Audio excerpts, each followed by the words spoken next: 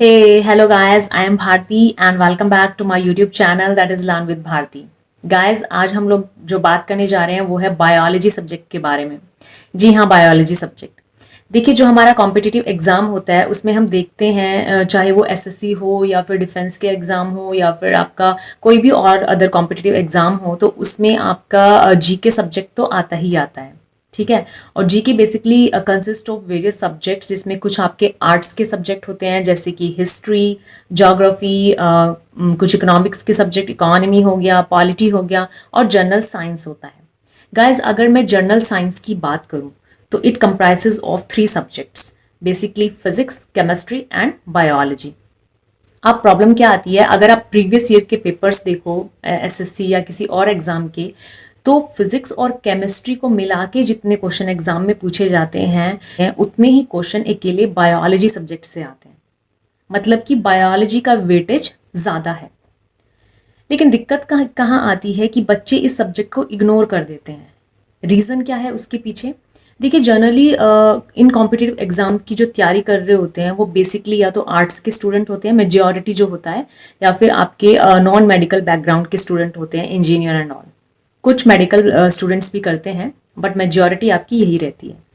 तो प्रॉब्लम क्या आती है, बाकी सब्जेक्ट्स को तो वो लोग कर लेते हैं, फिजिक्स केमिस्ट्री को भी किसी तरह कर लेते हैं, आर्ट्स के स्टूडेंट्स भी कर लेते हैं, लेकिन बायोलॉजी को नहीं कर पाते हैं। उनके लिए बहुत बड़ा चैलेंज है बायोलॉजी, और ऑब्वियसली होगा भी, बिकॉज ये एक मेडिकल सब्जेक्ट है। इसमें बहुत सी ऐसी टिपिकल टर्म्स होती हैं जिसका मीनिंग जो है वो तभी, या फिर जिसके बारे में जब आपको डिटेल में पता होगा तभी आप उसको अच्छे से याद रख सकते हैं। आप उसको मगअप नहीं कर सकते सारी चीज़ों को। तो इस सब्जेक्ट्स पे थोड़ा ध्यान देना पड़ता है, थोड़ा टाइम देना पड़ता है। बट आप इस सब्जेक्ट को इग्नोर नहीं कर सकते, ये मेरी एडवाइस है, बिकॉज इसका वेटेज ज़्यादा है आपका। ठीक है। तो बच्चों की इसी प्रॉब्लम को सोल्व करने के लिए मैं अपने चैनल पे कुछ बायोलॉजी के सेशंस लेके आऊँगी, इंपॉर्टेंट सेशंस, जो कि आपके जितने भी इंपॉर्टेंट टॉपिक्स हैं जो कि एग्जाम पॉइंट ऑफ व्यू से इंपॉर्टेंट हैं उनको हम लोग कवर करेंगे in a layman language, in a simple language, ताकि बच्चों को अच्छे से ये समझ आ सके। And I assure you guys, अगर आप लोग मेरे से बायोलॉजी यहाँ पढ़ते हैं या मेरे बायोलॉजी के सेशंस को अच्छे से देखते हैं तो आपको बायोलॉजी से प्यार हो जाएगा। आप कभी बायोलॉजी नहीं भूलेंगे। तो ठीक है, मेरे सेशन से जुड़े रहें। तो आज हम क्या करते हैं, बायोलॉजी का थोड़ा सा इंट्रोडक्शन ले लेते हैं कि क्या क्या इसके अंदर चैप्टर्स हैं और एग्जाम पॉइंट ऑफ व्यू से कौन से चैप्टर हैं जो ज़्यादा वेटेज के हैं आपके। ठीक है, तो चलिए देखते हैं। तो देखिए दोस्तों, यहाँ पे पहले हम देखते हैं, डील करते हैं कि what exactly biology word means. ठीक है, बायोलॉजी वर्ड का मतलब होता क्या है, या फिर बायोलॉजी जो है वो क्या है। तो देखिए, बायोलॉजी वर्ड आपका बना है बायो और लॉजी से। ठीक है, बायो का मतलब होता है लिविंग, जीवित, जो भी आपकी चीज़ जीवित होती है, जिसमें कि जीवन होता है। ठीक है, वो लिविंग होती है। Bio means living and logy means to study. तो अगर इन दोनों को हम जोड़ दें तो बनेगा क्या, तो आपका हो जाएगा that is to study about the living things. तो बायोलॉजी आपकी क्या होगी, biology is that branch of science that deals with the study of living things. जो लिविंग थिंग्स के बारे में स्टडी करती है साइंस की ब्रांच, उसी को हम लोग क्या बोलते हैं, बायोलॉजी बोलते हैं। ठीक है, अब हमें पता होना चाहिए कि लिविंग का मतलब क्या होता है। ठीक है, बायोलॉजी क्या होता है कि हम लिविंग थिंग्स के बारे में स्टडी कर रहे हैं बायोलॉजी के अंडर, बट हमें ये भी तो पता होना चाहिए ना कि लिविंग बोलते किसको है, क्या चीज़ होती है जो लिविंग होती है। ठीक है, तो देखो लिविंग का मतलब क्या होता है गाइस, देखते हैं हम लोग। देखिए, living means anything that has at least minimum one property out given below. ठीक है, जो ये आपको नीचे प्रॉपर्टीज़ दी हुई हैं, प्रोसेसेस दिए हुए हैं, अगर कोई भी चीज़ मिनिमम एक भी प्रोसेस अगर उसके अंदर हो रहा है इनमें से, तो हम उस चीज़ को लिविंग कंसिडर कर सकते हैं। ठीक है ना, एक से ज़्यादा हो सकते हैं, बट मिनिमम एक प्रोसेस तो ये उसके अंदर होना ही चाहिए। अब वो प्रोसेसेस क्या क्या हैं, देखिए, रेस्पिरेशन प्रोसेस। रेस्पिरेशन प्रोसेस आपका होता है सांस लेने का प्रोसेस। जैसे ह्यूमन बींग्स हम लोग सांस लेते हैं, तो जिस प्रोसेस के थ्रू ये सब कुछ हो रहा है, सांस अंदर जा रहा है शरीर में, जो आपका ऑक्सीजन अंदर जा रहा है, कार्बन डाइऑक्साइड हम फिर बाहर निकालते हैं, तो इस पूरे प्रोसेस को रेस्पिरेशन प्रोसेस बोलते हैं। सेकंड है हमारा न्यूट्रिशन प्रोसेस। न्यूट्रिशंस मीन जैसे हम खाना खाते हैं, खाना खाने के बाद हमारा जो खाना है डाइजेस्ट होता है, उससे जो भी न्यूट्रिएंट्स हमारे निकलते हैं, शरीर लेता है उन न्यूट्रिएंट्स को और पूरी बॉडी तक पहुंचाता है। तो इस होल प्रोसेस को हम बोलते हैं जिससे न्यूट्रिशन हमारी पूरी बॉडी तक जाता है, that is nutrition process. Third one is digestive process. इसमें क्या होता है, जो खाना हमारा अंदर जाके, स्टमक के अंदर जाके या फिर हमारी स्मॉल इंटेस्टाइन, लार्ज इंटेस्टाइन में फिर जाता है और डाइजेस्ट हो जाता है कम्प्लीटली, तो उस प्रोसेस को बोलते हैं digestion process. And the number और next process is excretion process.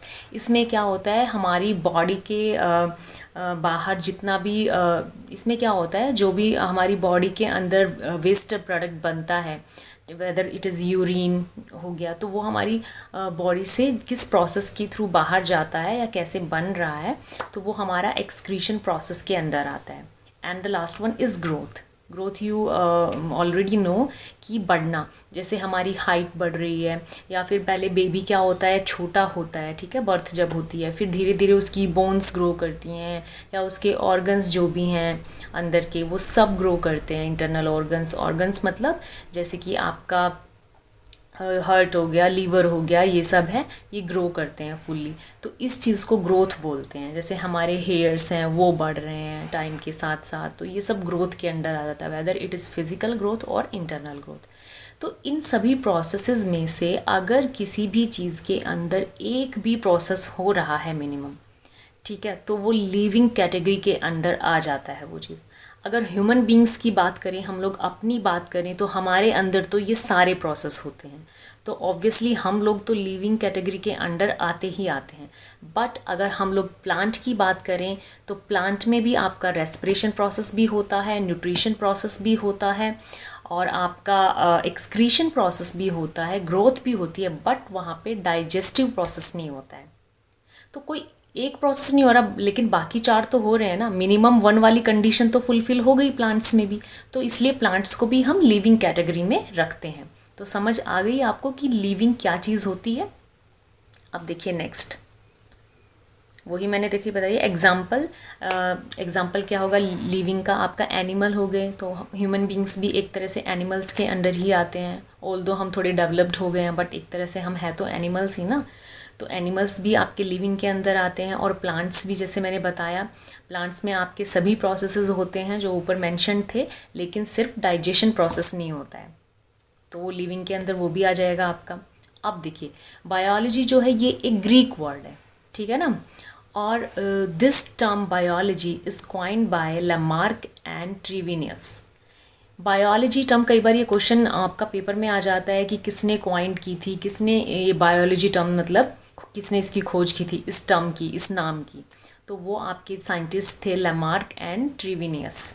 तो आप इसको शॉर्ट फॉर्म LNT कंपनी है ना आपकी, तो LNT के नाम से याद रख सकते हैं कि LNT कंपनी ने क्या किया था, बायोलॉजी टर्म की खोज की थी। फिर साइंटिस्ट के नाम को आप फुल फॉर्म में देख लीजिएगा, लैमार्क एंड ट्रीविनियस, ठीक है। तो ये भी क्वेश्चन आ जाता है कि किसने इस टर्म की खोज की थी। देखिए अब नेक्स्ट है, बायोलॉजी की क्या होती है ना, बहुत सारी ब्रांचेस होती हैं, मतलब बायोलॉजी के अंडर हम बहुत सारी चीज़ों को पढ़ते हैं, बट बेसिकली दो ब्रांचेस जो हैं वो बहुत ज़्यादा इम्पॉर्टेंट हैं, जो हम अभी यहाँ पे भी डील करेंगे। और वो कौन सी ब्रांचेस है, that is botany and zoology, ठीक है। बॉटनी क्या होता है, बॉटनी में हम क्या करते हैं, प्लांट्स के बारे में स्टडी करते हैं, study of plants is known as botany. And zoology में क्या करते हैं, स्टडी ऑफ एनिमल्स, एनिमल्स के बारे में जहाँ स्टडी करते हैं उसको हम बोलते हैं जूलॉजी। तो ये दोनों क्या हैं, आपकी बायोलॉजी की ही ब्रांचेज हैं, शाखाएं हैं, मतलब सब डिवाइड कर दिया उसको हमने। वैसे तो बहुत सारी शाखाएं हैं, लेकिन मेजर ये दो जो हैं बहुत ज़्यादा इम्पॉर्टेंट है, और हमारे एग्ज़ाम में भी ये दो ही कैटेगरी हैं जो हमें पढ़नी है, ठीक है। ये चीज़ हो गई। अब देखिए बॉटनी के बारे में थोड़ा देखते हैं। Botany, we know that the study of plants is known as botany. और फादर ऑफ बॉटनी कौन थे, मतलब बॉटनी के जनक कौन थे, किन्होंने लाइक इस फील्ड में बहुत ज़्यादा काम किया था, प्लांट्स की फील्ड में। तो वो आपका हो जाएगा थियोफ्रास्टिस। साइंटिस्ट थे थियोफ्रास्टिस्ट, जिनको बॉटनी का फादर बोला जाता है। क्यों? क्योंकि इन्होंने एक बुक लिखी थी, द हिस्टोरिया ऑफ प्लांटेरियम। ठीक है, इस बुक में इन्होंने क्या किया था, लगभग 500 प्लांट्स के साइंटिफिक नेम इन्होंने दिए थे, जिसकी वजह से इतने इस बड़े काम की वजह से इनको फादर ऑफ बॉटनी घोषित कर दिया गया या कह दिया गया। ये पेपर में भी कई बार आ जाता है, याद रखिएगा। अब सेकंड है आपका जूलॉजी। फादर ऑफ जूलॉजी किसको कहा जाता है, या फिर पूरी बायोलॉजी का फादर भी इनको बोल दिया जाता है, तो वो है आपके एरिस्टोटल। ठीक है, एरिस्टोटल को क्यों कहा जाता है फादर ऑफ बायोलॉजी या फिर फादर ऑफ जूलॉजी? क्योंकि इन्होंने भी एक बुक लिखी थी जिसका नाम था द हिस्टोरिया ऑफ एनिमिलिया। उसमें इन्होंने क्या किया था, इन्होंने भी लगभग 500 के अप्रॉक्स एनिमल्स के साइंटिफिक नेम्स या उनके ऊपर स्टडी की थी। ठीक है, तो इसलिए इनको फादर ऑफ जूलॉजी बोला गया, क्योंकि इन्होंने एनिमल के ऊपर स्टडी की थी। और थियोफ्रास्टिस ने जो ऊपर थे, उन्होंने प्लांट्स पे स्टडी की थी, इसलिए उनको फादर ऑफ बॉटनी बोला गया।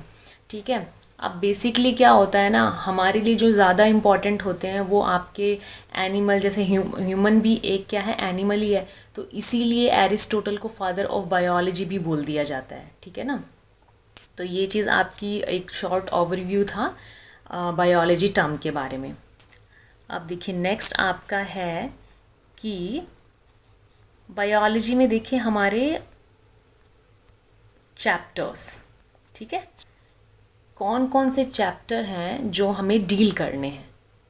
देखिए पहले हम जूलॉजी की बात करते हैं। बॉटनी इतनी इम्पॉर्टेंट नहीं है, प्लांट्स के बारे में जो पढ़ते हैं वो इतनी इम्पॉर्टेंट नहीं है, पेपर में इतना उसमें से कुछ खास नहीं आता है, जूलॉजी से ज़्यादा आता है। तो पहले हम जूलॉजी का देख लेते हैं कौन कौन से चैप्टर्स उसमें हैं। देखिए जूलॉजी में आपके ये सब चैप्टर्स हैं। फर्स्ट वन है आपका सर्कुलेटरी सिस्टम, जिसमें हम ब्लड और हार्ट के बारे में पढ़ते हैं। सेकंड इज़ रेस्पिरेटरी सिस्टम, जो मैंने बताया, सांस जिस प्रोसेस के थ्रू हम लोग सांस लेते हैं उसको रेस्पिरेटरी सिस्टम बोलते हैं। डाइजेस्टिव सिस्टम, नर्वस सिस्टम में ब्रेन और स्पाइनल कोड के बारे में पढ़ते हैं। स्केलेटल सिस्टम होता है आपका, बोन्स और मसल्स के बारे में पढ़ेंगे। इसमें न्यूट्रिशन होता है आपका, कैसे हमारी बॉडी जो है जितने भी विटामिन्स हैं या मिनरल्स हैं कौन कौन से वो कैसे लेती है, कौन से इंपॉर्टेंट हैं हमारे लिए, वो सब इसमें डील होगा। एनिमल टिश्यू, मतलब हमारा शरीर किस चीज़ से मिलके बना हुआ है, सेल से, उसके बारे में फुल उसका स्ट्रक्चर पढ़ेंगे। दैन एनिमल डिजीज़, कौन कौन सी डिजीज़ हैं जो हमें होती हैं या एनिमल्स को होती हैं, ये भी इंपॉर्टेंट चैप्टर है। And the last one is animal kingdom, like animals को कितने किंगडम्स में डिवाइड किया गया, अलग अलग कैटेगरी के एनिमल्स को अलग अलग उसमें ग्रुप्स में डिवाइड किया गया है, तो उसके बारे में पढ़ेंगे। अब जो जो मैंने रेड किए हुए हैं ना गाइस, वो चैप्टर्स आपके एग्ज़ाम पॉइंट ऑफ व्यू से ज़्यादा वेटेज रखते हैं, बहुत ज़्यादा इंपॉर्टेंट है। तो हम पहले इन चैप्टर्स को कवर करेंगे, जैसे कि circulatory, digestive, nutrition and animal disease.